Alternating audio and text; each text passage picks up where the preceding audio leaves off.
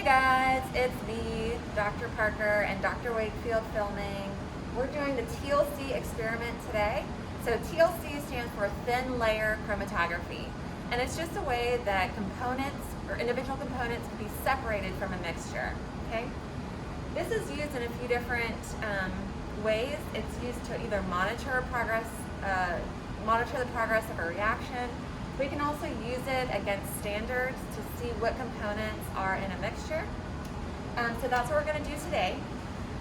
And we have this unknown mixture. It's going to be an unknown drug, which may contain either 1, 2, or 3 components. So you just see it's unknown 34. Those components are going to be a mixture of any of these drug components that we have. So we've got ibuprofen, acetyl salicylic acid, which is our aspirin. We've got salicylamide, caffeine, and we've got acetaminophen. This is our Tylenol. Okay. So these are all of our potential components. We're going to use TLC to separate whatever components are in this drug, and we're going to see how they match up to our standards. We're going to use our TLC here. It's got 2 sides. This is our plate. It's got 2 sides. The first side is a powder coating of silica, which is polar, and it's got a back plasticky side as well. You can see that it's shiny. So we need to make sure that our compound makes it onto the powder coating, okay? The way to set this up is we start by drawing a baseline, and typically you can go up, I would say about a centimeter. Gives you some good room, so I can make a little line here or a little dot just to give my little measurement there. You just want to give yourself some room for solvent to be underneath once we start developing it. So here is our baseline, and this is going to be the starting point for our components. Now we have quite a few standards to spot, so I'm only going to spot 2 standards on here. So I'm going to make little tick marks on the baseline for those spots to go. And I'm also going to make a little tick mark for a control lane or our co-spot. And then I'll make a last little tick mark for our sample. Okay, so that's for our sample 34. Okay, so I can even write 34 here. I'll write CO as our short for control lane or co-spot. And then let's see what spots we want to put on here. I'll just say C for caffeine. And I'll also test our aspirin. So I'll put AS. Remember that aspirin here is labeled as acetyl salicylic acid, but it's the same thing as aspirin. So these are where I'm going to spot all of my samples, my standards that are already made up. And I want to make sure that those spots end up on the intersection of my little tick mark and the baseline. So I'm going to go ahead and do that now. And the way that I'm going to spot this is I already have my little standard here. And I'm going to use a spotter. This is a glass spotter that's just pulled over a flame and broken off. And it's got a little opening at the very end, and so I just dip it in my sample, and you can see that solution gets sucked up by capillary action, okay? So this is my caffeine. So when I spot this, I'm gonna spot it on that intersection of the C spot until I see some solution come out. And I'll just spot it again, and you see that it evaporates pretty quickly. Okay. Anything that I spot on my TLC plate, I also want to spot on the co-spot lane as well. So this is my control lane again, and this just is to make sure that whatever I'm seeing on the plate is a real compound.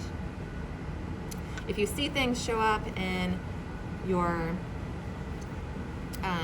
in one lane but not in the control lane, you know that it's probably just a contamination.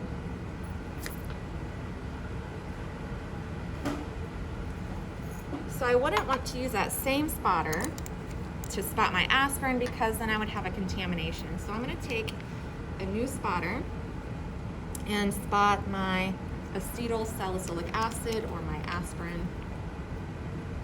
Just put it in here. Get that solution by capillary action, and then I'll continue to spot on the plate. And again, whatever ends up on the plate should also end up being spotted on the control plane as well. And lastly, I will spot from my unknown drug. But you see I just have a powder here, so I need to put it into solution. So to do that, I'm going to use a mixture of ethanol and dichloromethane. And this is just going to be our solvent just to get that compound. Sorry, I guess it could be a mixture of compounds, right? But it will get our drug into solution.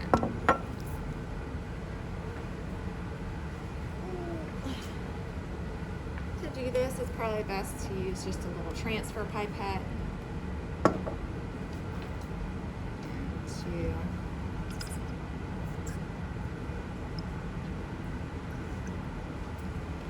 add some of this solvent.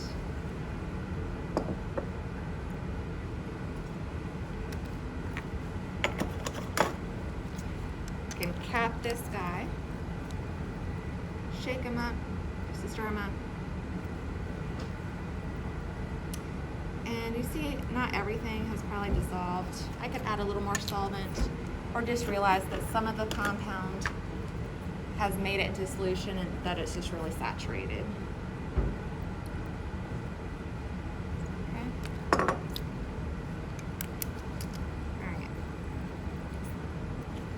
So I will use this compound 34 and spot it just like I did the other standards, the known standards.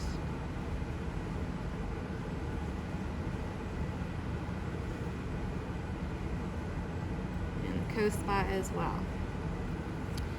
So now my TLC plate is prepped and it's ready to be developed. So you can see that after I've spotted these compounds, either my standards or the drug on the TLC plate, and the solvent has evaporated, I don't see anything on the plate. So what's important to know is unless you have a compound that has color to it, you may not see anything, okay? But these compounds have unsaturation in them, meaning they have some conjugated double bonds, which makes them typically UV active. So I can visualize this under a UV lamp. So what I tell students before they develop their TLC plate to make sure they have enough compound on their plate is to check under the UV lamp before they develop it. And so you see if you have a nice dark spot on your baseline for each lane, then you are good to go. So I might re-spot caffeine a little bit, but otherwise it looks like I can visualize all of the other compounds pretty well. So now that we know that we can efficiently see our spots on our TLC plate, since we visualized it under the black light, under the UV lamp, we can now start setting up our chamber. So what I have is just a simple beaker here. There's also like official TLC chambers, but a beaker works just as well. We're going to use a piece of just filter paper here as a wick, so that we get even developing of our plate. We want to make sure that the vapors or the liquid's not going to evaporate off of our TLC plate, so this helps with that. And then we're going to use a pre-made mixture for our developing solvent. This is our 200-to-1 ethyl acetate and acetic acid. This has been optimized specifically for this experiment. So I'm going to just pour, technically it's 10 milliliters, so I can measure that out. But really the main thing you want to make sure is that the level of the developing solvent should be lower than your baseline. Okay, so I'm just gonna pour that in here and we'll see if this is going to be enough. And the way that I can just double check is to just hold my TLC plate up against the beaker and just make sure that my baseline is higher than that solvent line. And I see that it is, so that's a good amount of solvent in our beaker. If this solvent line was above our baseline, then as soon as I put this TLC plate in the beaker, I would see that the spots would just kind of like wash away, okay? And we want them to gradually climb up the plate. Okay, so this is very important. So the next step is I'll just put my TLC plate into the beaker using tweezers, and I will cap this beaker with a watch glass to reduce any evaporation.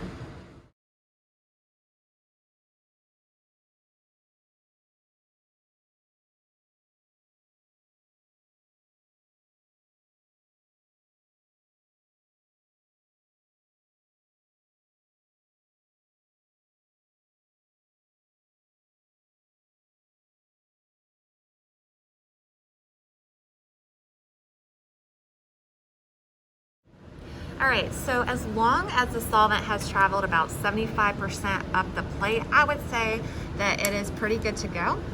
You've efficiently separated any compounds that are in there, and you want to mark your solvent line really fast.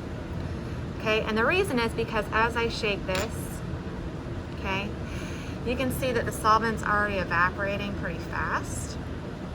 So if I decided I just wanted to like shoot the breeze with Dr. Wakefield and then come back and draw my solvent front line, then it would be pretty inaccurate, okay? So again, we don't see any spots on our TLC plate, so we need to throw this guy under the UV lamp to visualize those.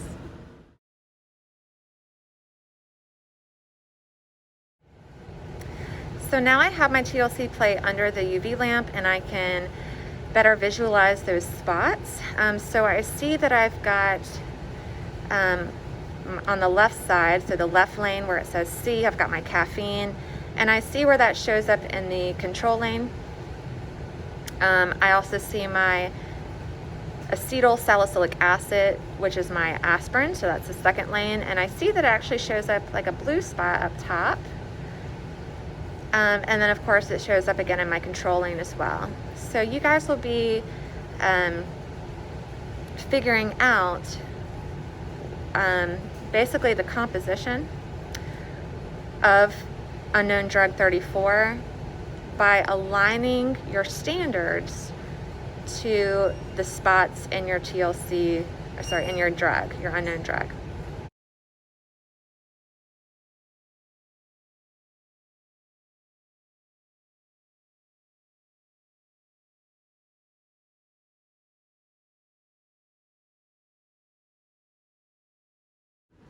Now I have both TLC plates that I've already developed. I've now tested my drug 34 against all 5 standards: the caffeine and the aspirin, the acetaminophen, salicylamide, and then the ibuprofen. So those spots are shown above. I didn't show this time lapse or this video of TLC plate B being developed, but you can get that information for how that works on TLC plate A. But I did put B under the UV lamp just like I did A to circle all these spots, and these will be important for getting our RF values of each standard and also the components within drug 34. The RF is the retention factor, also called the retardation factor. Basically, that's just the ratio of how far the spot travels versus how far the solvent travels. So here we'll use our solvent fronts, and also we'll measure to the middle of our spots to get an RF value for each of our 5 standards, and also however many spots show up in 34, in which you can see there's 3 here.